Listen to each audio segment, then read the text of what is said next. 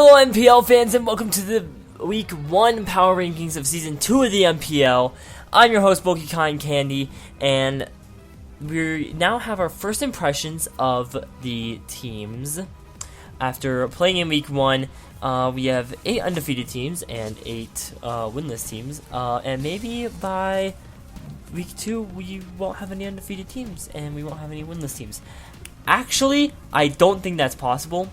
So, yeah, because it's division games. So I don't think that's possible. I'd have to really check to see how many undefeated teams we can have. But let's just jump straight into it. So, sitting at number 16, we have the Oakland Raichus coming out of the blue division, coached by Roar Tortoise. And honestly, the reason I'm putting him down here is I don't feel he played very well. And I also don't think his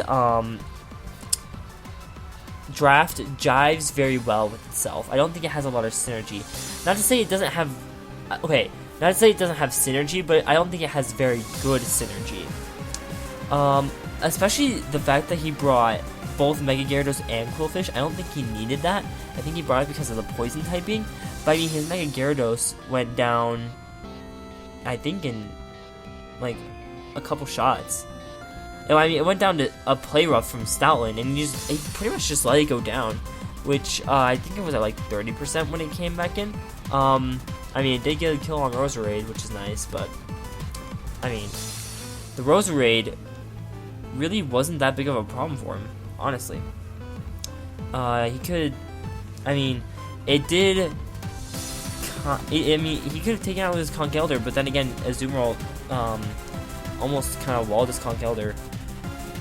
Or no, sorry, I'm looking at the wrong thing.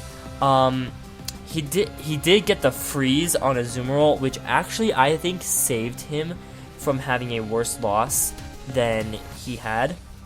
But then again, it's hacks, so it's whatever. Moving on, we have the at number 15 out of the red division, we have the Pittsburgh Steelers, coached by Ipa. And honestly, I just think he didn't have a good. I don't think he brought a very good team to this match. I really just feel that he doesn't have a good grasp on team building in a format like this. And it just, to me, I feel like he could have brought some better mons. I actually think switching out Dragalge for either Mamoswine or Crawdaunt would have been a better decision, but that's my opinion, and you know, it's all about opinion. Because Dragalge, I mean, it does have a decent special attack stat, but he already had Victini and Vaporeon there, which both have very good special attack stats and decent special defense. I mean, and Vaporeon, especially with its bulk and HP, just takes up hits. I mean, I didn't see a reason for Dragalge to be there. I feel like it would have been better if Mamoswine, as a more of a physical, fast physical attacker, if you Choice Scarf it, or even as like a kind of physical wall-ish, because it doesn't have bad defense and has really good HP, or bringing Crawdaunt as a straight-up just Choice Banded choice would have been really nice, especially with adaptability. Oh my goodness. Anyways, moving on, I'll put that over here since we're going to talk about that later. Moving on, we have at number 14 out of the blue division, we have the Baltimore Brave Yards, coached by Moxie Infernape. And honestly, he wasn't outplayed.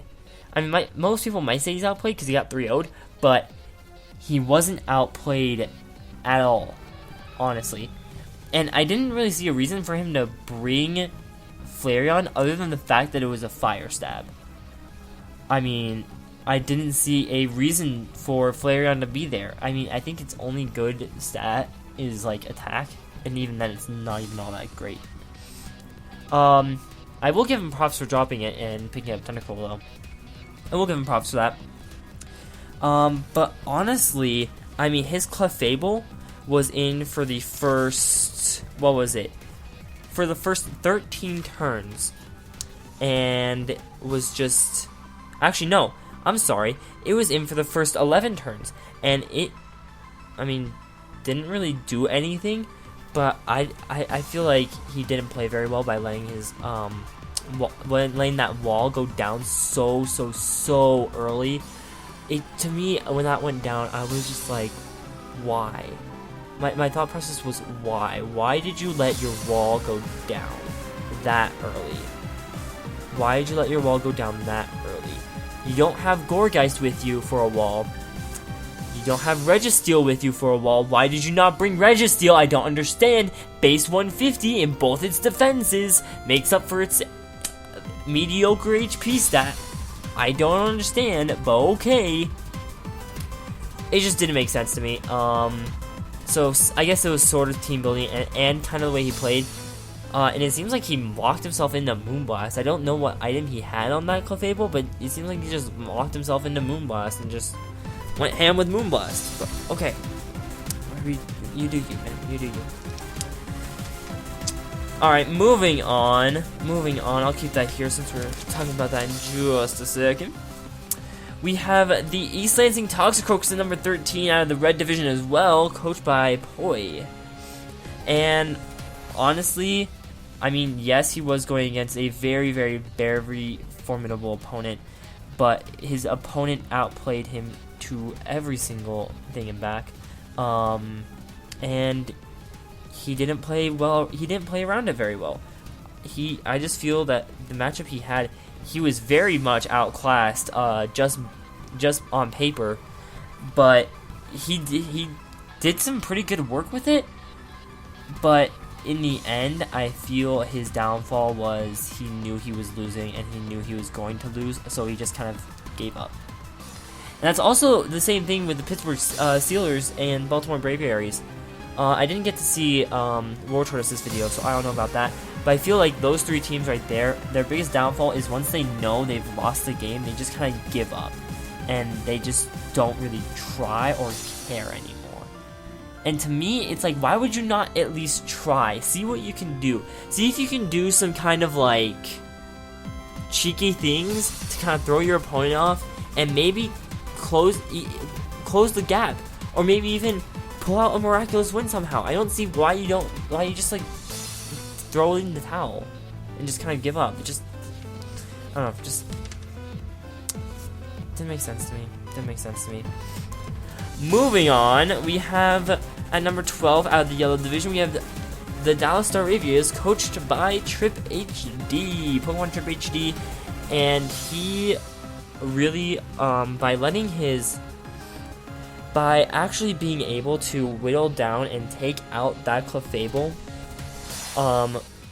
with his Gothitelle, was such a good thing that he did.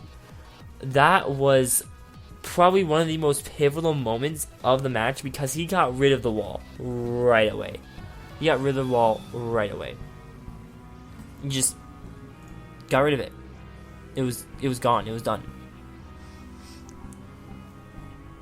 Actually, hold up. I think I did something. I think I told you guys wrong on something. I don't know what I told you wrong about. I'd have to look. Because he actually did bring Tentacool to the first match. I'm sorry, this is, Moxie Infernape. He actually did bring Tentacool to the first match. I don't know what he dropped for a Flareon 4. I'm not sure. I have to look. But I feel that, Trip outplayed him and, really just outplayed him. I mean, and his Charizard was actually a pretty good asset to him. I mean, granted, it did only get one kill, but still, having just that there was a very big threat that I think actually opened up a hole for his Lucario to come in and get 4 kills. I think that having the threat of Megazard Y there gave him the ability to just kind of sneak Lucario in there and kind of just have it open up. I mean, he carried EQ on his Lucario. How often do you see Earthquake Lucario? Honestly. And then you got a couple kills with E-Speed and another kill with, what was his other kill? It was with E-Speed as well. So, I think that having this threat of Zarbai there really opened up a hole for Lucario, and I think that could have been a strategy, I don't actually remember what he said about that, if he did say anything about it. But I feel that actually could be a very good strategy for him moving forward.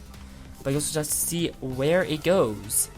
Moving on, coming in at the 11th slot out of the Yellow Division as well, we have the Phoenix Sun Floras, coached by Riz. And honestly, I just think that it's not anything that he did, it's what everyone else did. Everyone else, I feel, outplayed the other 10 teams. I feel outplayed the last 6 that have been ranked. I feel they outplayed them to enough extent to be placed over them, whether they had a good team build for their first week or not. I feel like the way they played their team just outmatched the 6 teams before them. And honestly, the one who played the best was Phoenix Sun Floras. They were the only one who got to win. And you might be saying, well, Skyler, the Phoenix Sun Floras were going to win. Why are they at least number 8? Because power rankings doesn't take into consideration the record. It takes into consideration it doesn't take the record into a heavy consideration. It takes into consideration of how they played and what their team looked like. At least in Pokemon. Now in like the NFL and stuff, it's different, but this is Pokemon. So, there's that. Coming in at the number 10 slot out of the Green Division, we have the Leeds Rhyhorns, coached by Jordy YT. And honestly,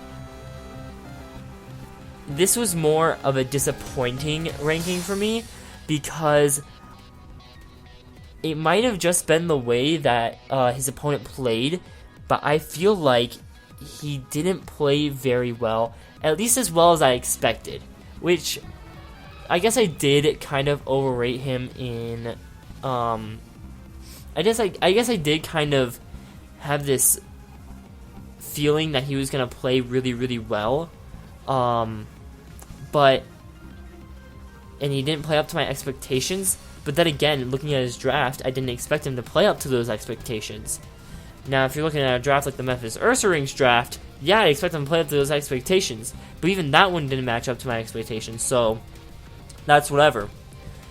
We're not here to talk about that. We're here to talk about the Leeds Rhyhorns. So, and I just feel like there were better ways he could have played this. And I feel like the way he was outclassed by his opponent, not outclassed, but outplayed by his opponent, was a really, I don't want to say slippery slope, but that's the only thing I can think of. I feel like that's really what his downfall was the way I saw he was outplayed by his opponent and didn't really try to change it up. Because I feel like he got the feeling that he was being outplayed, but didn't really try to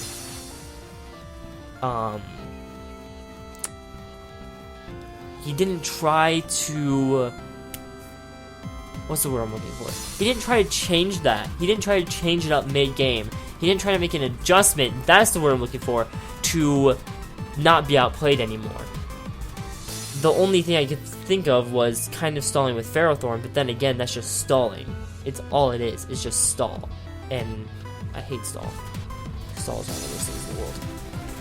Moving on, we actually have, coming out of the Red Division, the Anastar Umbreons, the opponent of the Leeds Rhyhorns.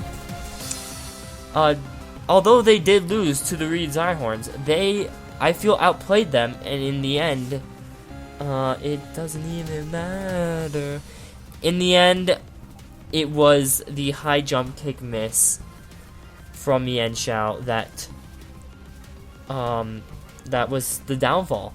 If Mienshao did not miss that high jump kick on Mega Manectric, it was game over. Because Mienshao would have just taken the game. And it was just that one miss. And so, in all honesty, if I had control, if I could say, in an ideal world, the Anastar Umbreons would have won this game because of the way they played. Unfortunately, they have a loss due to chance, but that's just how it goes. That's just how the world works. I mean, well, he would have had to hit one more high jump kick, but in all honesty, it wouldn't have mattered because he would just have to hit the high jump kick on Infinite, and it would have been game over if he hit that high jump kick on Mega Manectric. And that's just what it came down to, was chance, and it's 95%. And it's that one time you needed to hit that it does not hit. Alright, let's move on. Moving on, coming in the number 8 slot, we have the Viridian B Drills out of the Red Division, coached by Dench B. And I just want to go off topic for just a second. If you guys hear papers moving around, that's because I have a log of all the matches right in front of me. A log of every single turn, what happened in every turn. So excuse me for that. This is just so I can have notes in front of me that I can kind of make my points on, because I don't have everything memorized, because it's not on the vault, because the vault doesn't have that much space. Alright, so we have Dench B, the coach of the Viridian B Drills out of the Red Division, and I feel that he played very, very, very well. He and Dan impressed me so much in their first week. I did not expect Dan to play up to a number 4 slot, as I put him in the week 1 or the preseason power rankings. But it was the fact that I felt his draft was a lot stronger than the other coaches' drafts that had me put him up there. And plus, 1 through like numbers like 6 through 3 or even up to 2 were pretty interchangeable in my opinion. In the preseason power rankings. But the one thing that really was a hindrance for him was Kingdra not having his spectacles on and missing 3 hydro pumps. Not in a row, but missing 3 hydro pumps. That was one thing that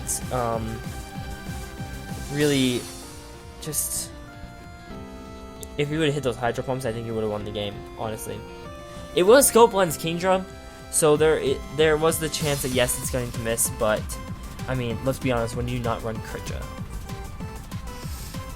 And plus his Scope Lens was knocked off.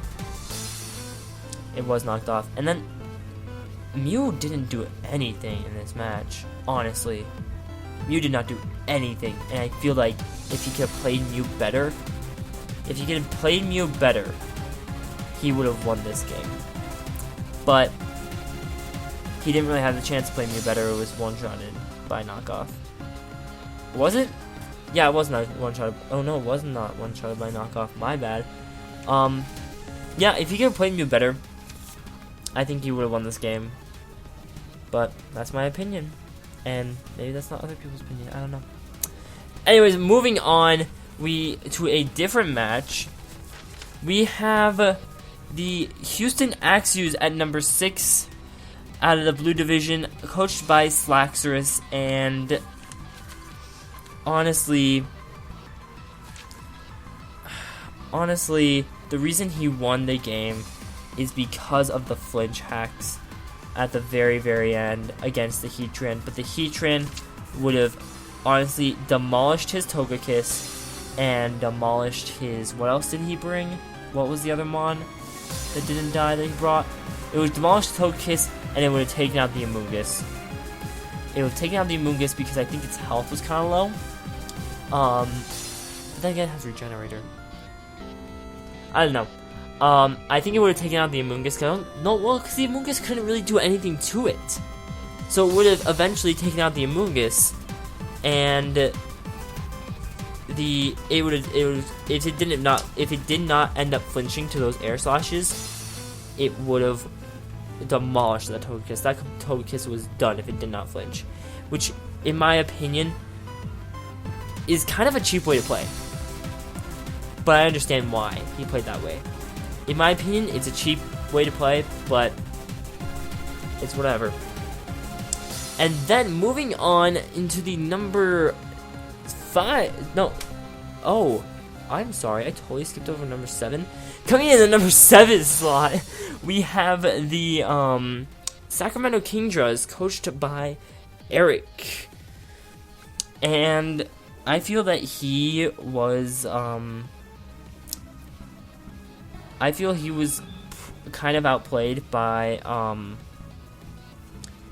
Slaxorus, but in the end, he did play very, very well, and the reason he ended up losing, again, was the flinch hacks. And that's what I have to say about it. Otherwise, I think he outplayed Slaxorus. But Slax did play very, very well. He barely outplayed Eric. Slax Eric barely outplayed Slaxorus, and really the reason I put Slaxorus above Eric was because of the win. Honestly. I know I said it's not based off record, but that was the only thing I could do to separate these two. That was the only thing I could use to separate these two.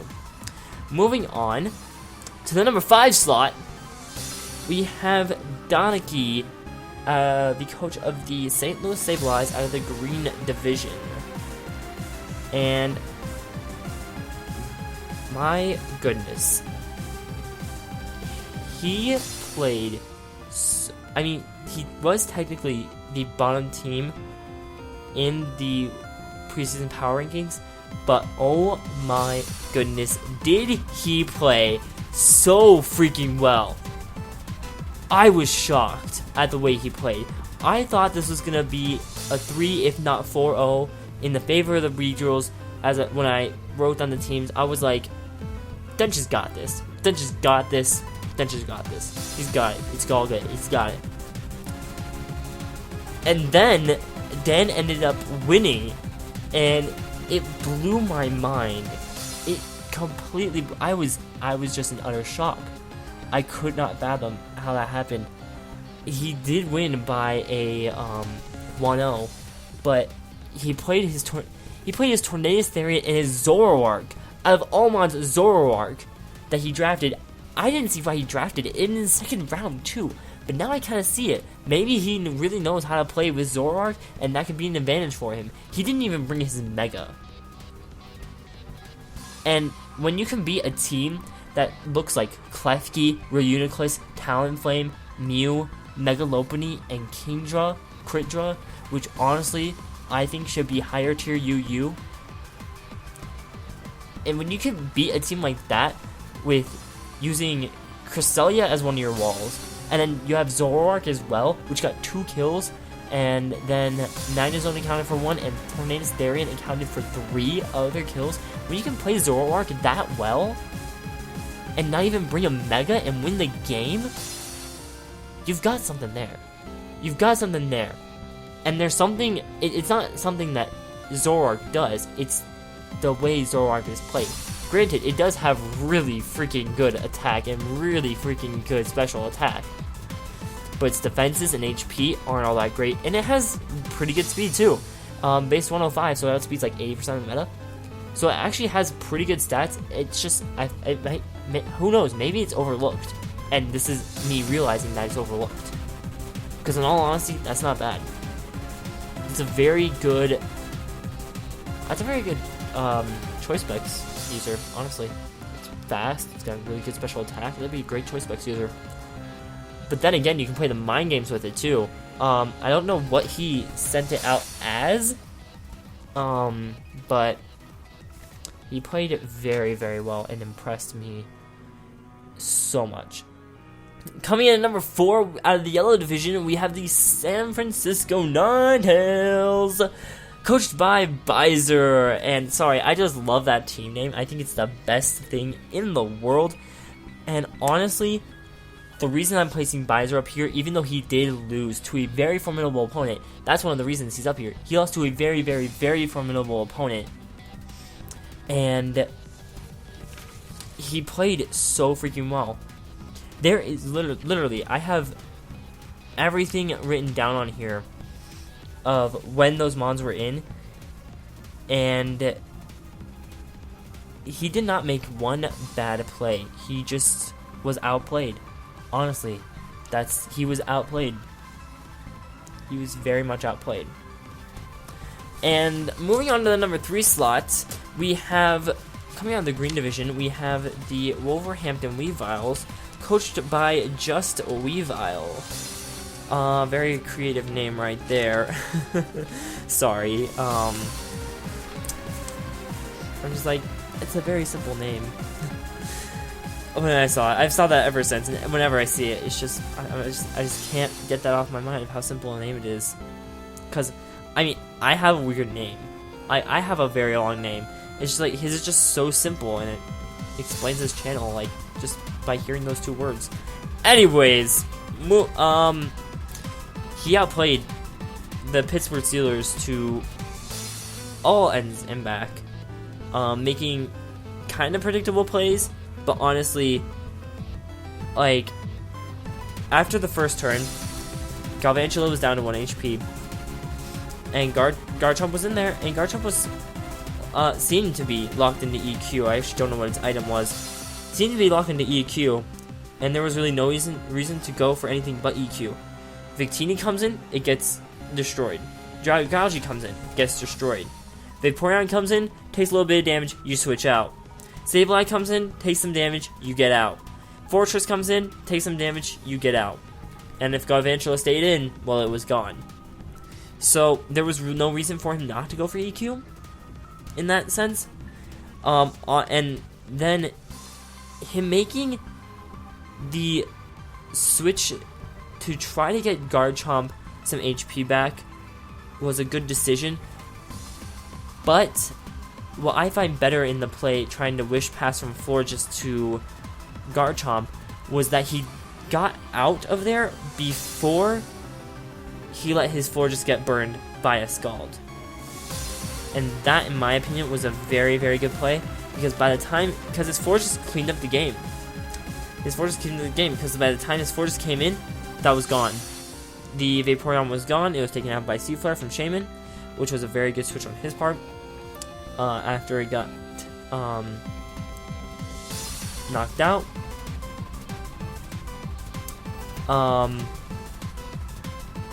Wait. Oh, I'm sorry. I'm looking at something that he switched the Shaman in after Victini went down, I believe. No, he didn't. No, Victini. I don't know. Wow. I don't know why that happened. Now that I'm looking at this, I realized the one thing that really crippled Ipa was that he switched in Vaporeon on a Seed Flare from Shaman. I don't understand why. Because he could have kept his Victini was still in, and he could have gone. Victini could have gone for a because it wasn't choiced. If I recall correctly, it was not choiced. So he could have gone for a Blue Flare and just demolished the Shaman. But okay, whatever.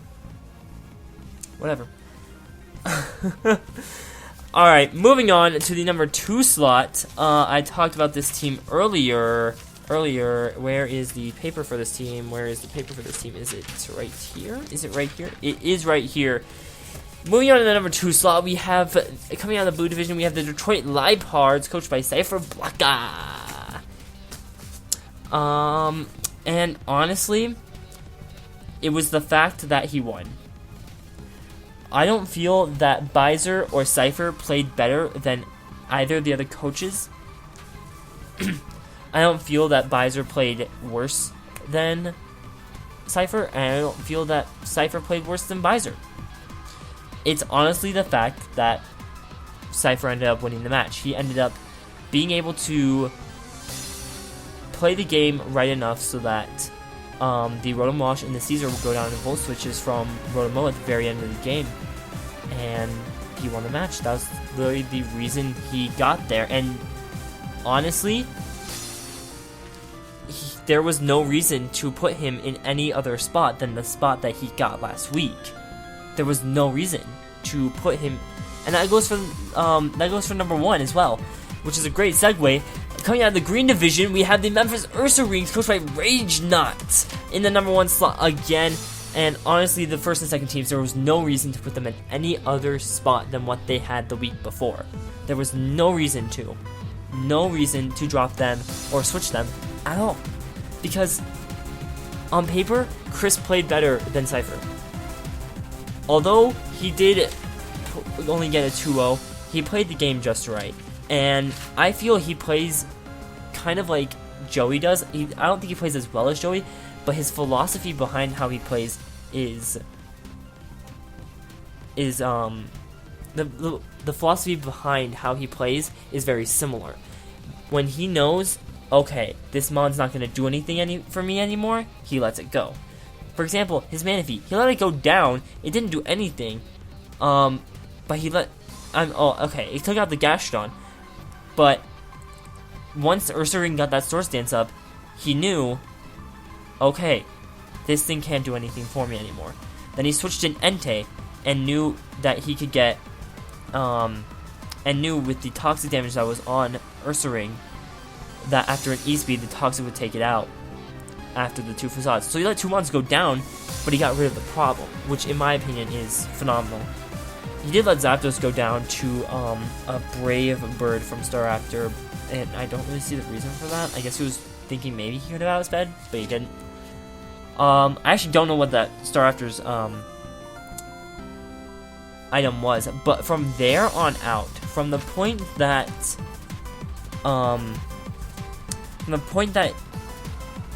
he was 3 Mons down, he cleaned up the game, and he cleaned it up very, very well.